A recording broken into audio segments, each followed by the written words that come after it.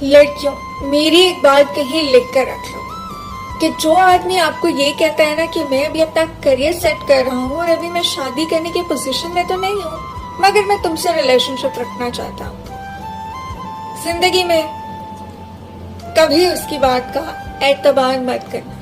क्योंकि जो मर्द आपसे शादी करना चाहता है वो कभी भी देर की तरफ नहीं जाएगा। वो फौरन आपको अपनी फैमिली से मिलवाएगा, वो फौरन आपके लिए एफर्ट्स करेगा और उसको आपको अपनाने के लिए पैसों की जरूरत नहीं होगी, उसको आपको अपनाने के लिए वक्त मांगने की जरूरत नहीं होगी। सो जो भी लड़कियां ऐसे मर्दों के झांसे में आ जाती हैं जो ये कहते हैं कि जी हम आपसे शादी तो करेंगे बट वी नीड टाइम, पसंदीदा औरत को पाने के लिए मर्द के लिए एक एक लम्हा सदियों पर मुहीत हो जाता है।